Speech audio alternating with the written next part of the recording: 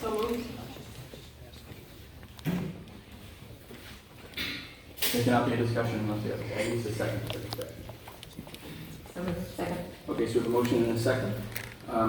Obviously, there's a lot of interest in these two items. I'm going to ask the Attorney General to come up and talk about a few different items, but for the record, just to be extremely clear, items 9B and 9D are a series of federal funds to the Department of Public Health Services. There's some misinformation and discussion over the language within these contracts. As the Executive Council and my office requested, we did ask the Attorney General to clarify what some of this language meant. It is language that this council has seen and approved before.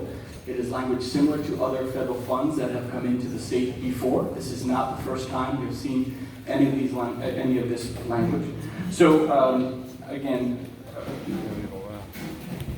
I'll ask. I don't want to read the entire letter per se, Mr. Attorney General, but to be clear, for the record, today the state has literally received billions of dollars in support from the federal government for management of the COVID-19 pandemic. So I guess the three summary items that you have here, Mr. Attorney General, and again, you can elaborate further if you'd like, what you have provided to the Executive Council is the understanding that the language that appears, that has been questioned, that is in question, it is language that has already been approved in previous contracts, correct? Yes. So this is nothing new. correct. This is not a first time, and it's been done with money in terms of managing the pandemic.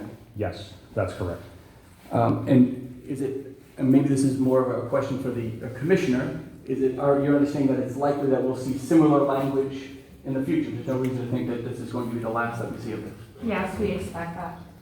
And to be very clear, the language, again, if you can elaborate, that has been provided and that is in question, does not bind the state to any broader sweeping federal mandates. Is that correct? Yes, that's correct. So if the Biden administration were to put forth this OSHA mandate, this language doesn't force us to capitulate to that. It does not impede on our sovereignty as a state or impede on our ability to manage the COVID pandemic exactly as we see fit, as we've done for the past 18 months. That's correct. It would not. Okay. Governor, can I ask a procedural question? Sure. Just so the Attorney General, if I may, just so I get it clear in my head how we're going to conduct business in the future. But, so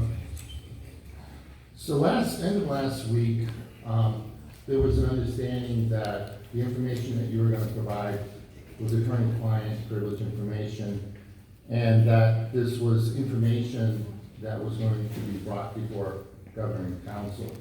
So, I received something from the governor's office, I think it was Thursday afternoon, saying, would I be okay to release the current client privilege information that you provided? Of course, I was totally wiped out the whole day on the road in meetings.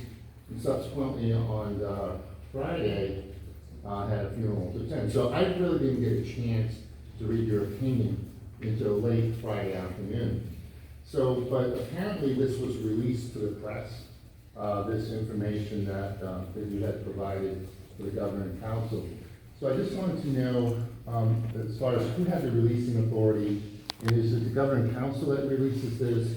Or in what context did you think that you were supposed to release this information? Because I wasn't involved there. Sure. Yeah, so there's a couple things I think to explain there. The first, and to the extent there